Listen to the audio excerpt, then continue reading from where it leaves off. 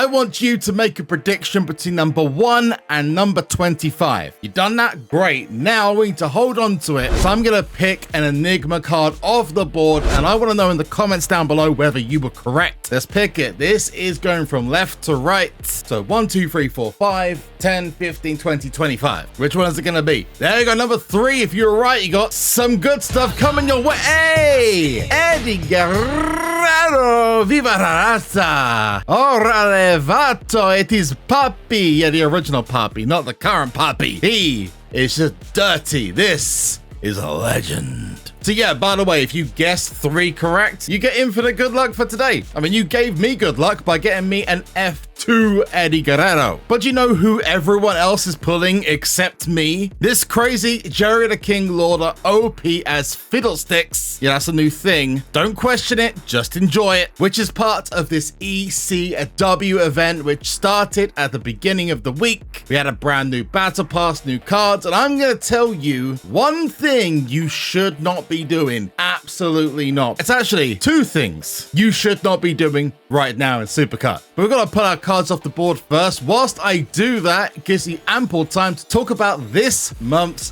Battle Pass giveaway. There's the return of Flying Brian Pillman, one of the Hollywood Blondes, as part of the ECW or Extreme Championship Wrestling return to WWE SuperCard. Oh, I got that Jerry the King Lawler. That is exactly what I was talking about. I want to know in the comments down below whether you pulled this card, because I've now got one. Bonus, it's here. Then make sure you hit the like button and subscribe to the channel, and if I pick you out, you'll win a battle pass, which will give you, if you complete it, a pro Brian Pillman, which looks a little like this. Thanks to Jugglehook on our community Discord, which you can join using the link in the comments and description down below for the pro animation. It looks pretty weird, but I dig it. I'll be picking one lucky person before the next battle pass drops. Yes, they're dropping 2 battle passes in 1 month.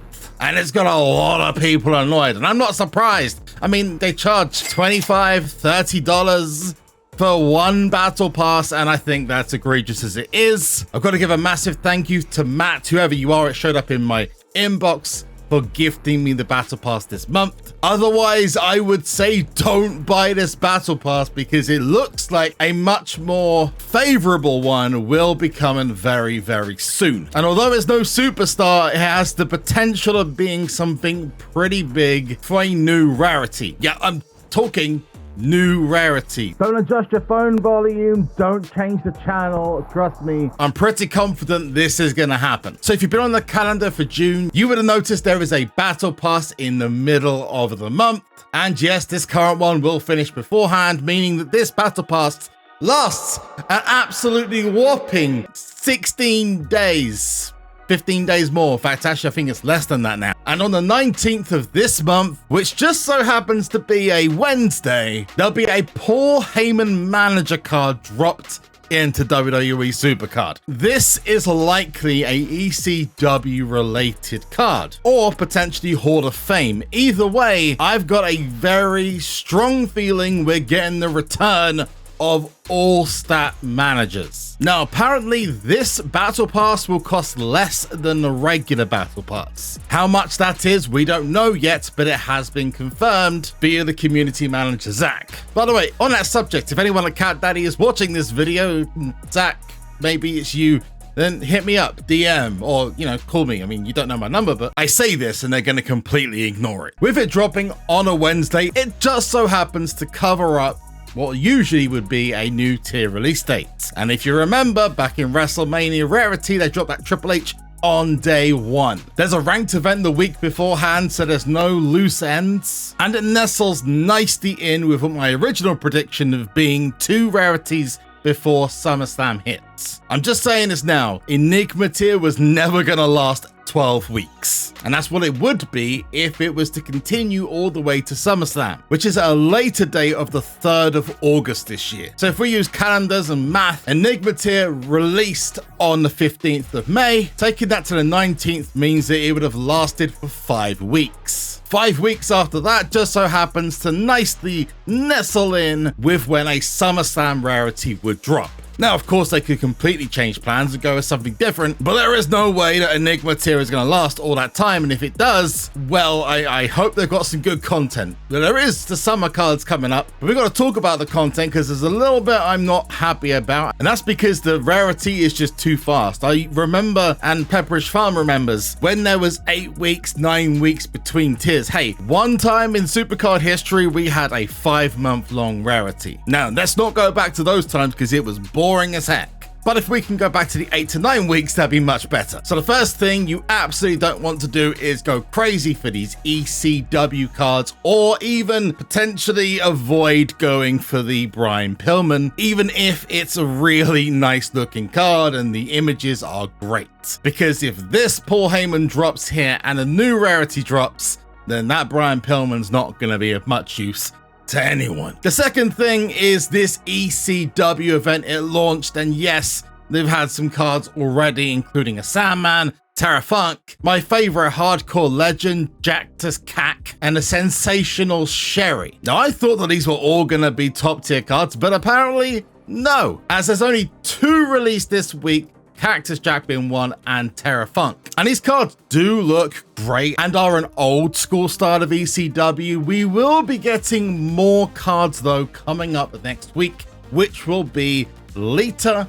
John Cena, Rob Van Dam, and the old school ECW version of CM Punk, which I am so excited for. And it's interesting to note that it says Throwback Legends, which could be a little hint that this is linked to throwbacks and the old school style cards, which are a big thing in the past. So this comes to my second thing you don't want to do, and that is use your collectibles, which right now you can get off the draft board in multiple different ways, like packs, etc. And Tag Team Takedown, which is like, brother, because it just takes too long to get the rewards. Do not use these to the extreme packs. Hold on to your ECW tokens just to make sure they don't go and drop more of these cards into the 2 extreme packs. And I will say the pack odds to get those cards are atrocious. For like 10% of a 12% chance,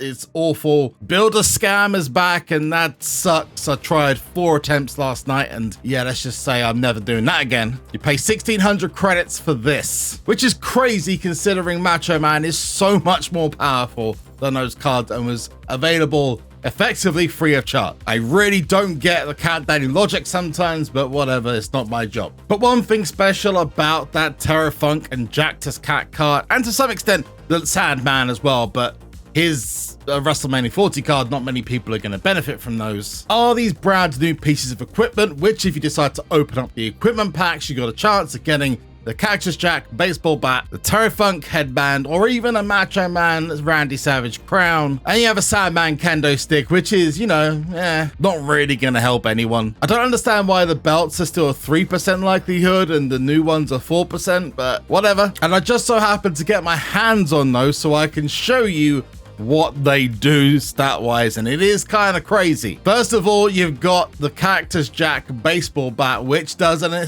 absolutely insane level of power. It's almost exactly carbon copy of the Randy Savage crown, but it's in power and toughness. So of course I put it on my Undertaker, but that does mean if you get a back-to-back J-Spool Cat, then you will have an OP as F Jactus Cack. Yes, that was very difficult to say. And it won't rival Macho Man, but it will come very close. It might even beat the limited edition Undertaker. Terry Funk's headband is exactly the same, but in speed. Great for someone like Tama Tonga if you can't get your hands on the hardcore legend himself. Rest in peace, Terry Funk. And these are another reason why I think a new rarity is coming, because these special cards are ridiculously overpowered. But I do have an issue with how these are being released. If you remember rightly, back in Royal Rumble and WrestleMania Rarity, we got these Stone Cold Steve Austin hats, Bray Wyatt Fiend doll, the Drew McIntyre headstone, and Roman Reigns' Ulafala. And these were all available via the daily streak. Now, you may not have noticed this, but there is another couple of daily streaks running on the SuperCard web store, but they're really not much to write home about. They're quite mid, actually. It would have been a great idea to put the baseball bat and the headband in the daily streaks. Instead, we've got these base rewards, which are way lower than what we would usually expect. And given Twitch drops haven't been around for 6 months, there's a regular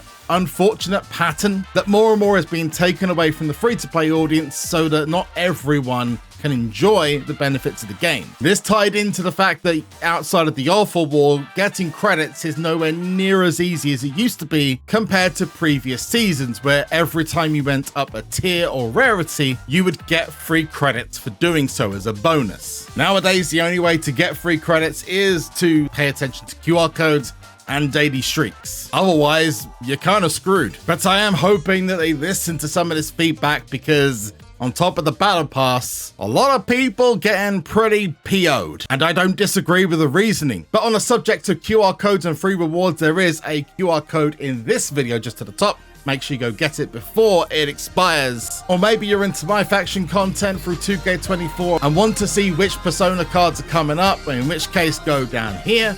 I'll see you in the next one. Peace out. Bye.